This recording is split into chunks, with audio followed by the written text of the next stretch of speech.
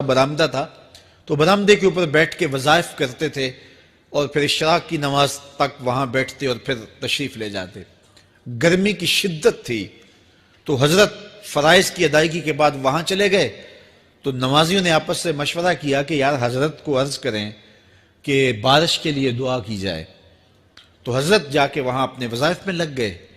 تو انہوں نے کہا چلو ہم مسجد کے سین میں کھڑے ہو جاتے ہیں, حضرت توجہ کریں گے تو عرض کریں گے. تو جتنے نمازی تھے وہ سارے صحن میں کھڑے ہو گئے اور برآمدے کے اوپر میاں صاحب وظائف میں لگے. جب آپ کی نظر پڑتی نا لوگوں کی جانب تو جتنے بھی نمازی تھے سارے ہاتھوں سے اشارے کر کے کہتے یعنی دعا کرو. زبان سے نہ بولتے, ہاتھوں کو ایسے ہلاتے اور یہ کہتے کہ ادھر آسمان کی طرف اشارہ کر کے کہتے دعا کرو. میاں صاحب پھر وظائف میں لگ جاتے. پھر جب میاں صاحب کی آنکھ اٹھتی نا تو یہ سارے ہاتھ اٹھاتے اور آسمان کی طرف ہاتھ اٹھا کہتے. میاں صاحب پھر وظائف میں لگ جاتے. جب 2-3 مرتبہ ایسا ہوا نا تو میاں صاحب کی ہنسی نکل گئی اور ایسے آسمان کی طرف دیکھ کے کہا چل ہن پا دے. کہتے ہیں بس یہ بات کہنے کی دیر تھی کہ چھم چھم می برسنے لگا. تو جب کوئی حضور کا ہو جاتا ہے تو رب اس کو اپنا محبوب بنا لیتا ہے. تو حضور کی محبت خدا کی محبوبیت کا ذریعہ ہے. اس لیے ہمیں حضور کا پیار اپنی روحوں میں موجزن کرنا ہے, حضور کی محبت اپنی روحوں میں اتارنی ہے, اور محبت اپنے تمام تر تقاضوں کے ساتھ جب روح پذیر ہوگی تو پھر ہمارا انداز زندگی بھی سنور جائے گا, ہماری آخرت بھی سنور جائے گی. محبت کے من جملہ تقاضوں میں سے سب سے بڑا تقاضا محبوب کی اطاعت ہے کہ بندہ جس سے پیار کرتا ہے اس کی بات مانتا ہے. یہ ہے دعوی محبت کا ثبوت, اس کی دلیل. اور حضور کے صحابہ کی زندگیاں دیکھیے کہ انہوں نے حضور علیہ السلام کے ساتھ کیسے پیار کیا. حضور کی محبت میں اپنی عادتوں کو بدل دیا. حالانکہ عادتیں نہیں بدلی جاتی. 2 سکے بھائی ہوں, رشتہ کتنا گوڑا ہے, اور ایک گھر میں پرورش پائی ہے, ایک گود میں پلے ہیں, ایک باپ کے گہوارہ تربیت میں رہے ہیں, لیکن طبائع میں اختلاف یہ ایک فطری بات ہوتی ہے. ہمارے پاس لوگ آتے ہیں 2 سکے بھائی ہوتے ہیں, ایک کی طبیعت ادھر کو جا رہی ہوتی ہے, دوسرے کا مزاج ادھر کو جا رہا ہوتا ہے. ایک سخت نرم مزاج ہوتا ہے اور دوسرے کی آنکھوں سے انگارے پھوٹ رہے ہوتے ہیں. ایک معاف کر دینے والا ہوتا ہے, ایک سخت غصیلا ہوتا ہے. ایک کی طبیعت کے اندر تلخی کی چنگاریاں ہوتی ہیں اور ایک کی طبیعت کے اندر نرمی کے پھول ہوتے ہیں. آپ نے بھی دیکھا ہوگا. تو یہ ایسا ہوتا ہے. اب اسی طرح کھانے پینے کی چیزوں میں طبائع کا اختلاف یہ فطری بات ہے. ایک کو ایک چیز پسند ہوتی ہے, دوسرے کو وہ چیز پسند نہیں ہوتی ہے. بعض اوقات ماں کو مسئلہ ہوتا ہے کہ یہ چیز اگر میں تیار کرتی ہوں تو میرا دوسرا بیٹا نہیں کھاتا, تو اس کے لیے بعد سے الگ سے کوئی چیز تیار کرنی پڑتی ہے کہ اس کی ڈیمانڈ یہ ہے اور میرے اس بیٹے کی ڈیمانڈ یہ ہے. مائیں مزاج سمجھتی ہیں. ایک آغوش میں پرورش پانے کے باوجود خون ایک ہے, گہوارہ تربیت ایک ہے, دودھ ایک ہے, لیکن طبیعتوں کے اندر اختلاف پایا جا رہا ہے. لیکن صحابہ کی زندگیاں دیکھیے, انہوں نے اپنی طبیعتیں بھی حضور کی طبیعت کے سانچے میں ڈھال دی. حضرت انس بن مالک کو کسی نے دیکھا کہ وہ شوربے سے کدو کے ٹکڑے نکال کے کھا رہے ہیں, تو کہا یہ کیا کر رہے ہو؟ کہا میں نے ایک دن حضور کو یوں کرتے ہوئے دیکھا تھا. تو طبائع کا اختلاف یہ ایک فطری اختلاف ہوتا ہے, لیکن صحابہ نے اس کو بھی چھوڑا اور حضور کی محبت کے سانچے میں ڈال دیا. پھر اس چیز کا انتظار نہیں کیا کہ حضور کا فرمان کیا ہے, حضور کی چاہت پہ اپنے مزاج کو بدلا. اللہ اکبر. حضور علیہ السلام مدینہ المنورہ کی گلی سے گزر رہے تھے. ایک گنبد نما مکان بن رہا تھا اور ایسے مکان حضور کو پسند نہیں تھے. تو آقا کریم علیہ السلام نے پوچھا یہ مکان کس کا ہے؟ کہا فلاں انصاری کا ہے. حضور گزر گئے, چہرے پہ تھوڑے سے ناگواری آثار حویدہ ہوئے. کسی نے اس صحابی کو بتا دیا کہ حضور گزرے تھے, تیرے مکان کو دیکھا, شاید پسند نہیں آیا. 2-4 دن کے بعد حضور دوبارہ گزرے, دیکھا کہ وہاں ملبے کا ڈھیر پڑا ہوا تھا. فرمایا صحابی کو بلایا گیا. کہا میں پرسوں ترسوں گزرا تھا, تیرا مکان دیکھا تھا, یہ کیا ہوا؟ عرض کی میں نے گرا دیا ہے. فرمایا کیوں؟ عرض کی سنا تھا آپ کو پسند نہیں، سنا تھا آپ کو پسند نہیں، میں اور آپ دیکھیں ہمارا کیا کیا حضور کو پسند نہیں، سر سے لے کر پاؤں تک، نجی زندگی سے لے کے سیاسی زندگی تک، اپنے امور ذات سے لے کر کے اپنی معاشرتی زندگی تک، ہمارا کیا کیا حضور کو پسند نہیں، اور ہر وہ چیز بدل دیں جو حضور کو پسند نہیں۔ محمد دی زیارت محمد دے رنگ وچ، اے ٹھگ بازیاں جانے پیارا محمد صلی اللہ علیہ وسلم۔ میرے شیخ کامل کا ایک شعر ہے، اور وہ شعر اتنا وزنی ہے کہ اگر میرے پاس جواہر لال موتی ہوں اور میں ایک پلڑے میں ڈال دوں اور ایک پلڑے میں یہ شعر رکھ دوں تو یہ شعر پھر بھی بھاری ہوگا۔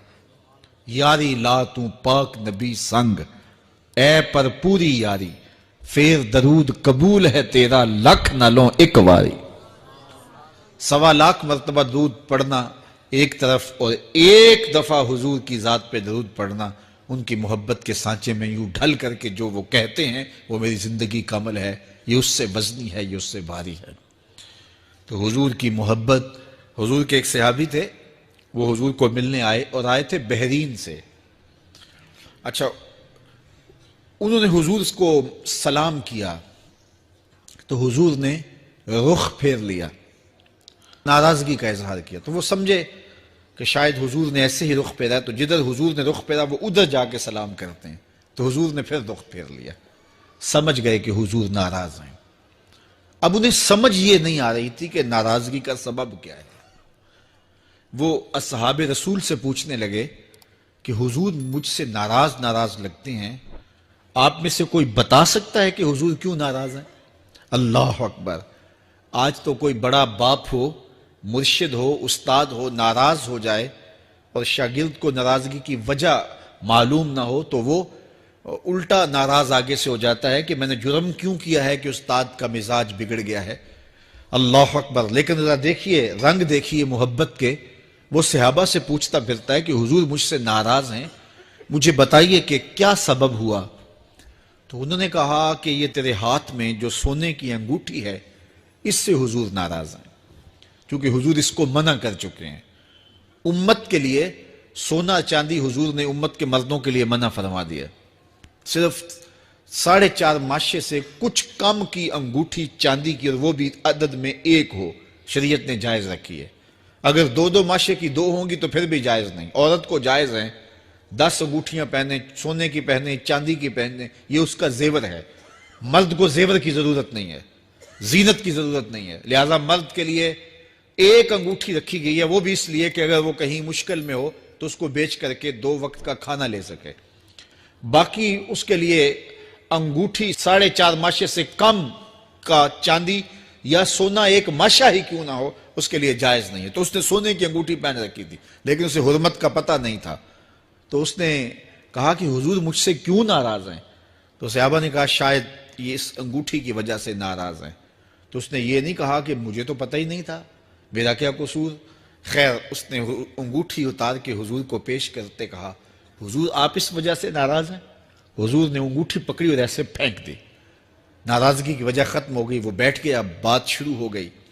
اللہ اکبر! جب سلسلہ کلام ہوتا رہا، جب مجلس برخاست ہوئی، لوگ اٹھ کے گھروں میں جانے لگے، وہ بھی اٹھا اور الٹے پاؤں سے پیچھے چلا، تو کسی نے اس کو کہا وہ انگوٹھی تو اٹھا لو، سونے کی انگوٹھی ہے، قیمتی ہے، چلو تمہارے لیے پہننا جائز نہیں، تمہاری بیوی کے لیے تو جائز ہے۔ تو اس نے کیا جواب دیا سنیے، اس نے کہا واللہ لا آخذہ وقد طرحہ رسول اللہ صلی اللہ علیہ وسلم، اللہ کی قسم میں اس انگوٹھی کو کبھی بھی نہیں اٹھاؤں گا جس کو میرے حضور نے پھینک دیا ہے۔ تو یہ تھی ان کی محبت، یہ تھا ان کا انداز۔ تو آئیے میں اور آپ حضور سے اگر محبت کرتے ہیں تو حضور علیہ السلام کا طرز زندگی، حضور کا انداز معاشرت اختیار کریں۔ کثرت کے ساتھ مائیں بہنیں بیٹیاں بھی موجود ہیں، وہ بھی اپنی اولادوں کی تربیت اس نہج سے کریں کہ وہ حضور کی سنت، حضور کی سیرت اور حضور کی اتباع کے سانچے میں ڈھل جائیں۔ زندگی کا مقصد ہی یہی ہے۔ آئے، بڑے ہوئے، جوان ہوئے، بوڑھے ہوئے، چلے گئے، ہم سے پہلے بھی چلے گئے، ہم بھی چلے جائیں گے، بعد میں آنے والے بھی چلے جائیں گے، لیکن حقیقی کامیابی اس کو نصیب ہوئی جس نے اس دنیا پہ آ کے دنیا کی زندگی کے مقصد کو سمجھا۔ ہم آئے کیوں تھے، زندگی کس لیے ہمیں دی گئی تھی۔ اکبر الہ آبادی نے کیا ستھری تنقید کی تھی، کیا بتائیں احباب کیا کارنمایاں کر گئے، بی اے کیا، نوکر ہوئے، پینشن ملی اور مر گئے۔ یہ کوئی کام نہیں ہے، ہماری زندگی کا کوئی مقصد ہے جس لیے ہم انسان ہیں، اشرف المخلوقات ہیں۔ دیکھیے گدھا سارا دن بوجھ اٹھاتا ہے، اللہ اکبر۔ میرے صاحب نے ایک گدھے سے بھی ایک موازنہ کیا ہے کہ سارا دن جو ہے وہ بوجھ اٹھائے اور کام کرے، اور پھر مالک اس کو غذا بھی نہ دے، وہ جا کے روڑیوں سے اور باہر سے جا کے چر کے پھر آ کے کام مالک کا کرے، مالک اس کو دے بھی نہ، اور وہ باہر سے کھا کے آئے اور کام مالک کا کرے۔ تو اگر بندہ ہو کے، انسان ہو کے اگر نہ کرے تو میرے حضور نے ایک لمبی ربائی ہے، اس میں آخر میں لکھتے ہیں تو چنگا یعقوب یا کھوتا تینوں شرم نہ آوے، کہ اگر وہ ایک گدھا بھی کام کرے، اپنی پیٹھ پہ بوجھ لا دے، اور تو اپنے مالک کے لیے کچھ نہ کرے، اور ساری نعمتیں مالک نے تجھے دی ہیں اور عزتیں اور آبرویں تیرے نام کی ہیں، اور تو اس کا حق ہی ادا نہ کرے، تو پھر کس طرح تیرے سے، تو پھر اولئک کل انعام بل ہم اضل، فرمایا تو چوپایا ہے بلکہ چوپایوں سے بھی بدتر ہے۔ تو میں اور آپ اپنے آپ کو انسان ثابت کریں، آج موقع ہے۔ سے ثابت نے اجے حواس تیرے، سے ثابت نے اجے حواس تیرے، کر لے نیکیاں رج کے تو، اڑیا رب رسول کیوں پل بیٹھوں، آ رب رسول ول پج کے تو، آئی موت ایتھے رہسن کم تیرے، آئی موت ایتھے رہسن کم تیرے، نیکیاں کر لے بھج کے تو، کی آکھ سن لوگ یعقوب تینوں، جب ٹر پیوں سر منہ کج کے تو۔ وہ وقت آئے گا جب تنیاں باندھ دی جائیں گی، جب دونوں جانب سے کفن باندھ دیا جائے گا، پھر پردہ ہٹا ہٹا کے دیکھا جائے گا، پھر بند کر دیا جائے گا۔ وہ لمحے کتنے دردناک ہوں گے، وہ گھڑیاں کتنی دردناک ہوں گی۔ آج مجھے اور آپ کو اللہ نے موقع دیا ہے، تو آج حضور کی سیرت کو اپنانے کا، اپنی روحوں میں اتارنے کا عزم کر کے